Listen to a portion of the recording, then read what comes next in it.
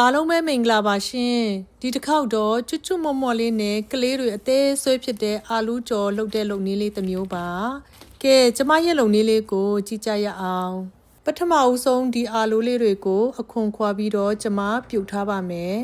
ပြုတ်ထားတဲ့အာလူးလေးတွေကိုကြည်နေအောင်ဒီလိုမျိုးခြေထားမယ်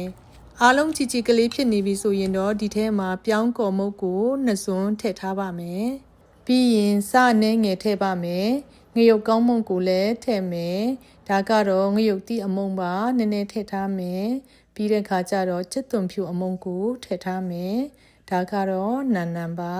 အားလုံးတမသွားအောင်လို့ခဏလေးကျွန်မပြန်မွေးထားပါမယ်ဒီထဲမှာကိုကြိတ်တဲ့အသီးအနှံလေးတွေကိုလည်းထပ်ထည့်လို့ရပါတယ်နော်ဒါလေးကိုစိတ်ဝင်သွားအောင်လို့နာကလေးကျွန်မနေထားပါမယ်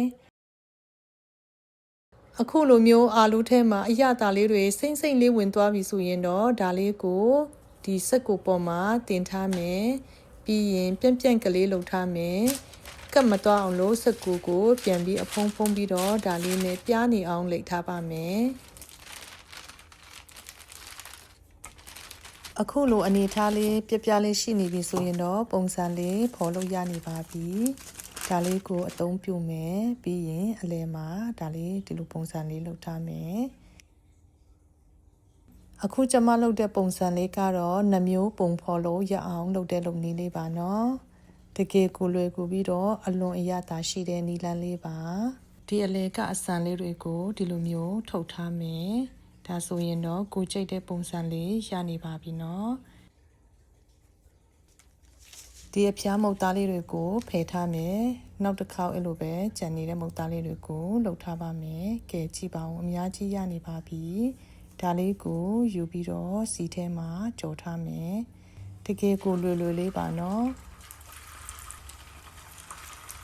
ဒီလုံနည်းလေးကတော့ကျွတ်မွတ်လေးနဲ့တော်တော်လေးကိုစားလို့ကောင်းတဲ့လုံနည်းလေးပါနော်ဒါလေးကိုအကုန်လုံးစမ်းတက်လောက်ကိုကျွန်မထည့်ထားမယ်ခဏလေးဆိုရင်တော့မုတ်သားလေးတွေကအရောင်လေးတဖြည်းဖြည်းနဲ့တန်းလာပါပြီဒီလိုအနေထားလေးဒီလိုပုံစံလေးဆိုရင်တော့ကျွတ်မွတ်ရှိနေပါပြီဆဲထုတ်ထားပါမယ်ကဲကြည့်ပါဦးကျွတ်မွတ်လေးနဲ့နော်တော်တော်လေးကိုမွေးကြိုင်နေပါတယ်ကြံနေတဲ့မုတ်သားလေးတွေကိုလည်းအခုလိုမျိုးပဲကျွန်မဆက်လက်ပြီးတော့ကြော်ထားမယ်ဆဲထုတ်ထားပါမယ်အခုဆိုရင်တော့အလွန်ကိုရတာရှိတဲ့အာလူးကြော်ကျွတ်မွတ်လေးရနေပါပြီကြည်ပေါင်းကျွတ်မွတ်လေးရှိနေပါတယ်နော်အခုဆိုရင်တော့အလဲကခြံထားတဲ့အဝိုင်းသေးလေးတွေကိုကျွန်မပြန်ပြီးတော့ကြော်ထားပါမယ်ဒီလုံနည်းလေးကတော့တပြိုင်တည်းနဲ့ပုံစံနှမျိုးကိုပုံဖော်ပြီးတော့လုပ်လို့ရတဲ့နည်းလမ်းလေးပါနော်တစ်ခုနဲ့တစ်ခုကတ်မသွားအောင်လို့ဒီတုပ်ချောင်းလေးနဲ့အတာကလေးဒီလိုမျိုးဖယ်ထားမယ်ခဏလေးဆိုရင်တော့မုတ်သားလေးတွေကတဖြည်းဖြည်းနဲ့ဖောင်းကြွပြီးတော့ကျွတ်မွတ်လေးရှိနေပါပြီနော်ဒီလိုအနေထားလေးဆိုရင်တော့ဆဲထုတ်လို့ရနေပါပြီဆဲထုတ်ထားမယ်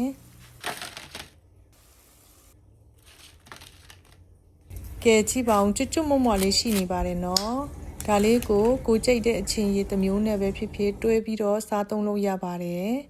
တကယ်ကိုအဆင်ပြေတဲ့နည်းလမ်းလေးမလို့ပါတစ်ခေါက်လောက်စားကြည့်စေချင်ပါတယ်အခုလိုမျိုးကျမရဲ့ဗီဒီယိုလေးကိုကြည့်ပေးကြလို့ကျေးဇူးတင်ပါတယ်အားရှိသွားအောင်လဲ like share subscribe လေးတွေနဲ့လည်းအားပေးကြပါအောင်ရှင်ကျေးဇူးများကြီးတင်ပါတယ်